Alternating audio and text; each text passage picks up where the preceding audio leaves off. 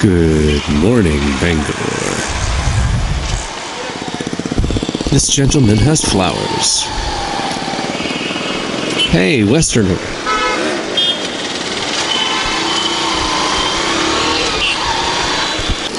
And I'm probably going to cut all this stuff out. Hey, kids. Tell ya. Back in the U.S., I would often commute to work and get in the car and you turn on the radio and you listen to your morning shows or you listen to your national public radio, and before you know it, you're at work and you've learned a number of new things, and people are like, if anybody were to ask you, how was your ride today? Well, you would probably talk about all of the interesting things you heard on the way. Because driving is automatic. It's something that just kind of happens. It's a set of processes that your brain learns, and then it runs through those processes. Very rarely are you kind of like full-on, complete rational decision-making. In the U.S., in most Western countries. Small towns in Europe might be a bit of a different story. Actually, in Europe, it's even a little bit different. You need to use your brain more when you're driving.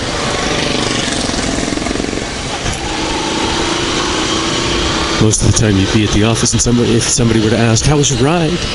you'd say, "Well, I don't know. I don't even know how I got here. How did I get here?"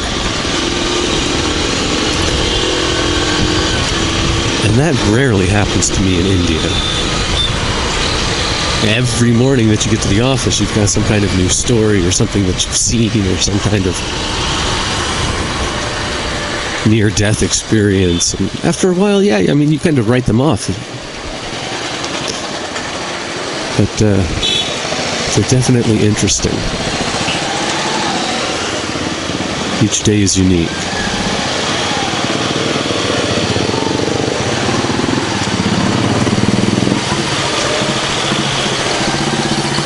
So that's interesting. There's some new kind of stuck-up looking Western guy near where I live.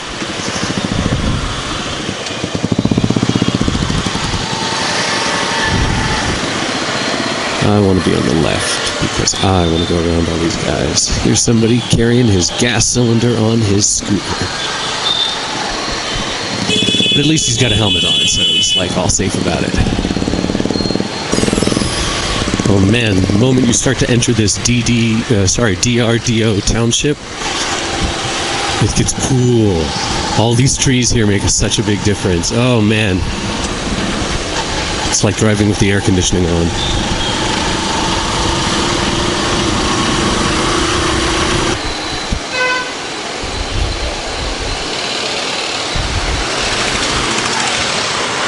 There's a giant hole there.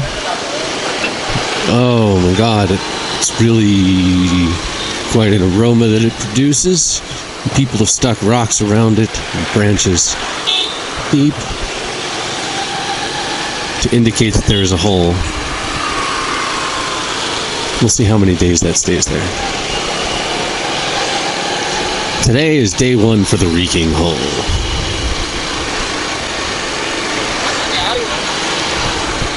I've long thought that building a video game around driving in India would be fantastic. So these modern games, they create like a small city or something like that and inhabit it with little computer people and such. And using those kind of techniques for like a Grand Theft Auto or something, I'm imagining an Indian city where or any kind of city where the drivers are programmed to drive like Indian drivers. Pardon. Therefore, you could have a whole city that is like randomly, chaotically moving about, everybody trying to get where they're going without regard for any kind of rules or something like that. And that would make an interesting AI for a racing game. On top of that, you could dynamically change the terrain every time you play. Every time you play, when you come in, the potholes have shifted around a bit. You know, these are still remaining, but there are new potholes, and maybe some of the old ones have been paved over. And I hear you, buddy.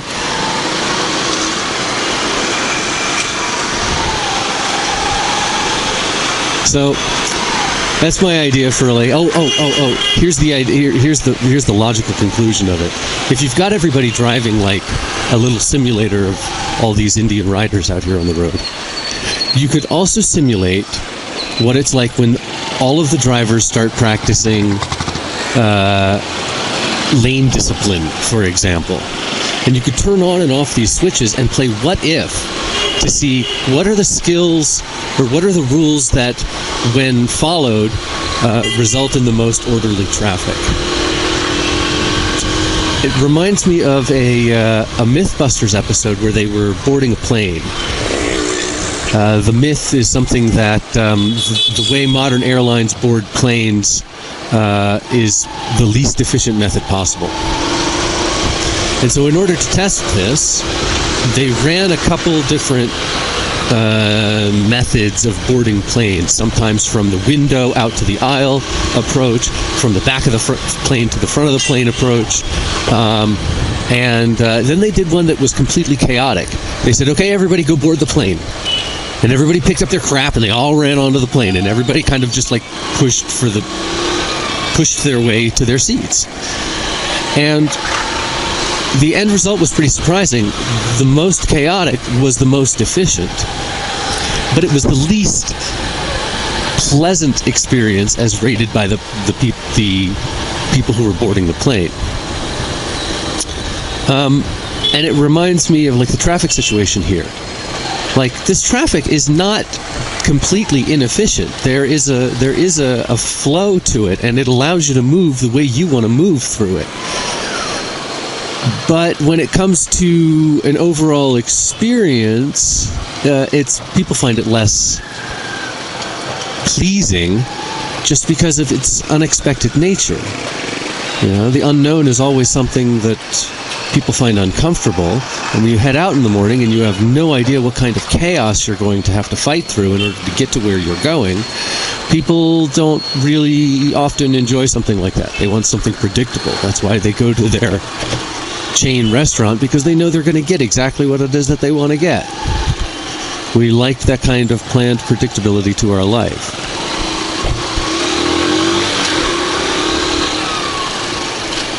Hey kid, this kid don't care. He's got a bike. He's out there. The world is his oyster. I know how you feel, kid. I feel the same way. Oh, I was in an auto over the weekend. Sorry, bumpy roads. I was in an auto over the weekend. And we left this place, found and walked around for a little while, found an auto. The auto driver kind of reluctantly agrees to take us where we want to go. And we get around the block. We haven't even gone 2 streets, and we realize we left something.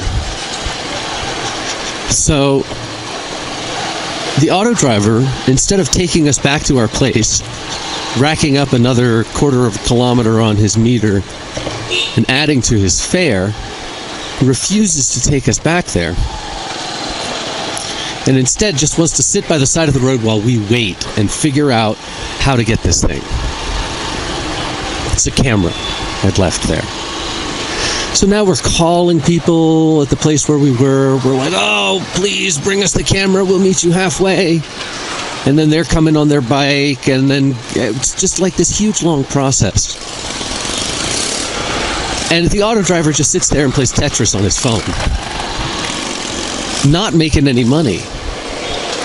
And we're left like parked by the side of the road. It's super stinky. There's some dude taking a pee. And it is so hot. It's like so sweltering, sticky hot. And the mosquitoes are on us. And I'm like, why does this auto driver not want to make another couple bucks by just turning around and taking us 2 streets over to get this thing? And he was just being a total jerk about it. And that you know, that kind of attitude is really what makes me think that something like Ola Cabs, you know, these automated cab services that you can order a cab through your phone or something like that, like that's the way to go.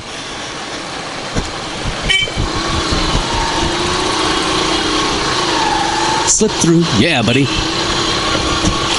Cheap thrills.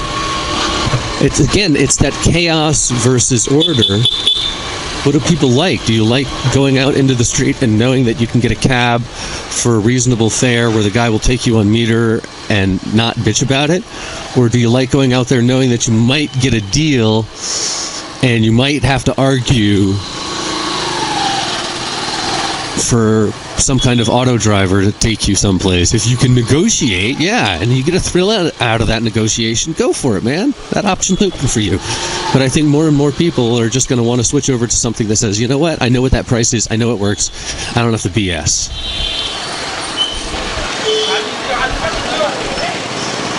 Selling flowers, selling tomatoes, onions, potatoes.